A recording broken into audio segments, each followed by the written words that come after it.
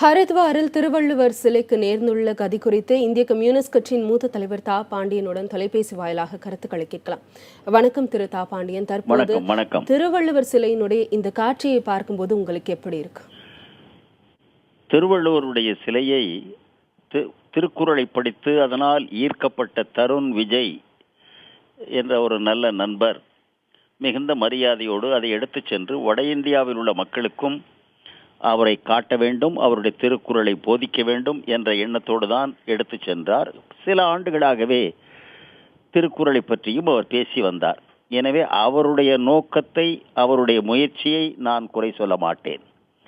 நல்ல நோக்கத்தோடு தான் போயிருக்கிறார். ஆனால் அவரை சுற்றி இருக்கிற நாட்டு மக்கள் எத்தகையவர்கள் என்பதை தெரிந்து கொள்ளாமலே இந்த திருவள்ளுவருடைய சிலையை எடுத்துக்கொண்டு போயிருக்கிறார்.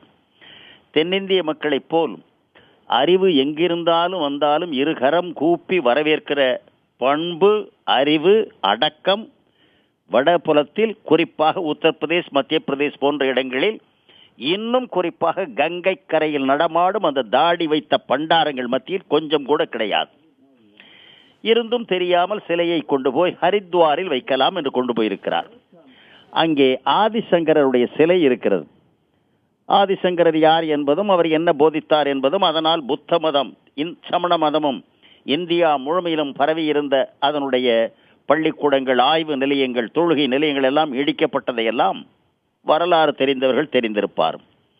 அந்த ஆதிசங்கரர் சிலைக்கு அருகாமையிலே வைக்க வேண்டும். இவரும் ஒரு பேரறிஞர் என்ற முறையிலே தருண் விஜய் அதை முயன்றிருக்கிறார். ஆனால் அவர்கள் என்ன சொன்னார்கள்? திருவள்ளுவர் தலித், தீண்டத்தகாத குலத்தில் பிறந்த ஒரு கவிஞன். அவர் சிலையை கொண்டு வந்து தெய்வத்தோடு உறவாடிய, வேதாந்தங்கள் பல கற்ற ஆதிசங்கரர் போன்றவர்கள் சிலை வைத்துள்ள இடத்தில் வைக்கலாமா? இது கடவுள்கள் நடமாடும் இடம், கங்கை கரை. எனவே இந்த தலித்துக்கு இடமில்லை என்று சொன்னார். இதை நீங்கள் மறந்துவிடக்கூடாது. போக்குவரத்து கிடைஞ்சல், புதிதாக நீங்கள் ஆக்கிரமிக்கிறீர்கள், அது தனியார் இடம் என்று சொன்னால் அது வேறு, அது ஒரு சட்டம் ஒழுங்கு பிரச்சனை.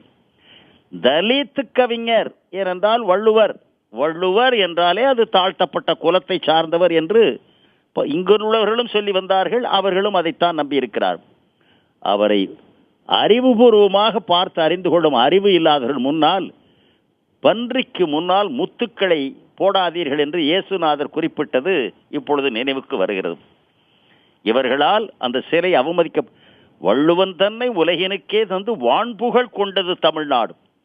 எனவே அவருடைய சிலையை கௌரவமாக, அவரை புரிந்து கொள்ளக்கூடிய மக்கள் வாழக்கூடிய இடத்தில் வைக்கலாம், போதிக்கலாம்.